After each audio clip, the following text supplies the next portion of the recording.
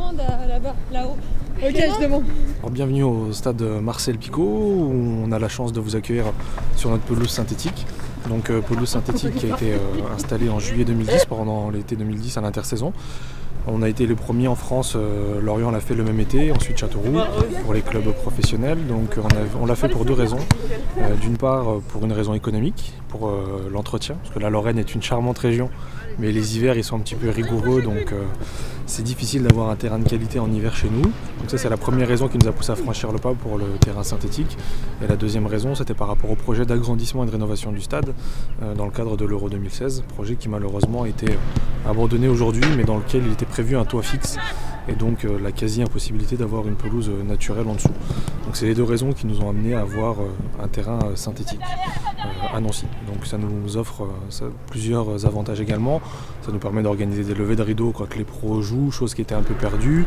Ça nous permet d'accueillir beaucoup de manifestations en dehors des matchs de l'équipe professionnelle. Et quand bien même on a la chance d'accueillir une manifestation comme un match amical de l'équipe de France féminine, ça nous permettra par exemple le jour du match d'avoir une animation en lien avec la Ligue Lorraine de football sur le terrain avec des stands et des enfants sur toute la journée sans que ça ne dégrade la pelouse. Jouez encore, bravo! Ah ouais, c'est de bons souvenirs.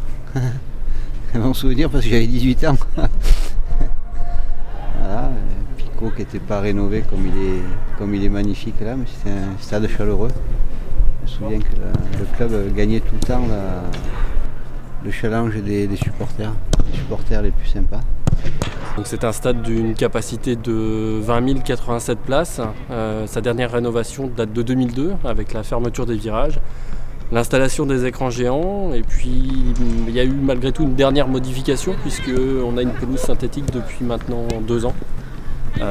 Depuis 2 saisons, qui nous ravit un peu plus chaque match, surtout en cette période hivernale. C'est un beau stade qui va faire le plein, je l'espère, après-demain.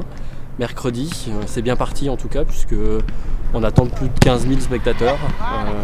On a remarqué que tous nos supporters étaient complètement tourné vers cette rencontre avant de repartir sur le championnat de Ligue 1. Donc c'est une bonne chose parce que pour nous on est plus que ravis d'accueillir cette compétition, enfin en tout cas ce match, de revoir les drapeaux étendus en tribune Piantoni. Donc encore une fois c'est avec grand plaisir qu'on a très hâte de voir cette rencontre se dérouler.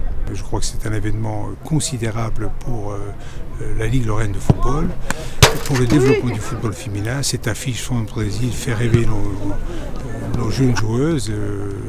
Je crois que c'est une très très belle publicité pour le football féminin. J'espère que demain, la Lorraine sera à la hauteur et avec un stade qui pourrait approcher 15 000 ou 16 000 personnes.